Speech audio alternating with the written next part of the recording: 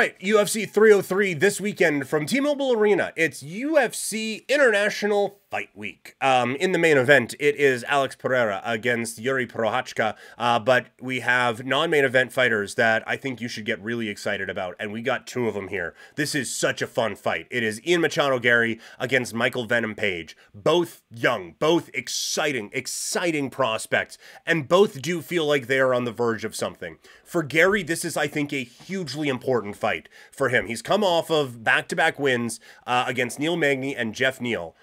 He hasn't looked like the dominant fighter. I don't believe in either of them. And he now needs to, I think, put on a really, really good show. And quite frankly, for Garry, this is a fight to make sure that another fighter doesn't pass you in this division. And now we're talking about the prospecty type ones. Garry, a couple of years ago, felt like he was going to be one of the next ones. And he basically, and the thing that really frustrates you, is he basically tried to be a knockoff Conor McGregor. And, like, you can do that by all means, but, like, there's enough personality and this kid's talented enough that you can just be the first Ian Machado Garry.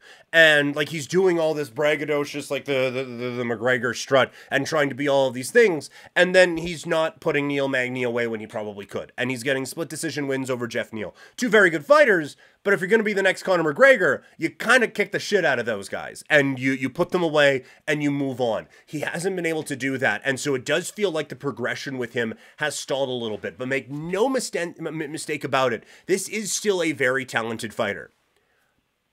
I just don't know if he's MVP.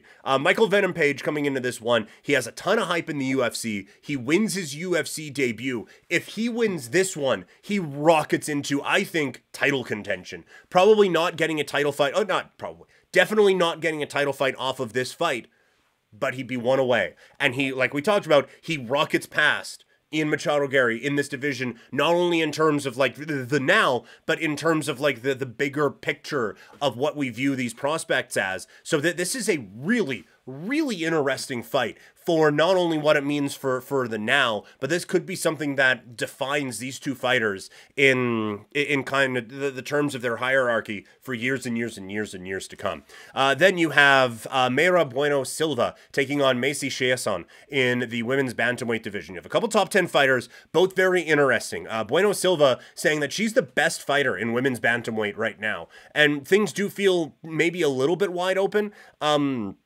But I think that this is a fascinating bout and a really good opportunity, again, to establish yourself in a division that has kind of been a little bit scrambled for a while now. And then a couple of fights that are just fun. Cub Swanson taking on Andre Touchy-Feely, a couple of vets who can just bring it, and a couple of guys who have been around for forever, and if this sport properly paid their fighters, maybe these guys aren't still fighting, and so you hope that they both get the financial compensation that they rightly deserve, and that they put on a hell of a show for us coming up on Saturday night. And then it's Andrei Arlovski, who continues to add to his tally for the most fights in the history of the Ultimate Fighting Championship, as he fights in, like, the 175th, which is only a slight exaggeration.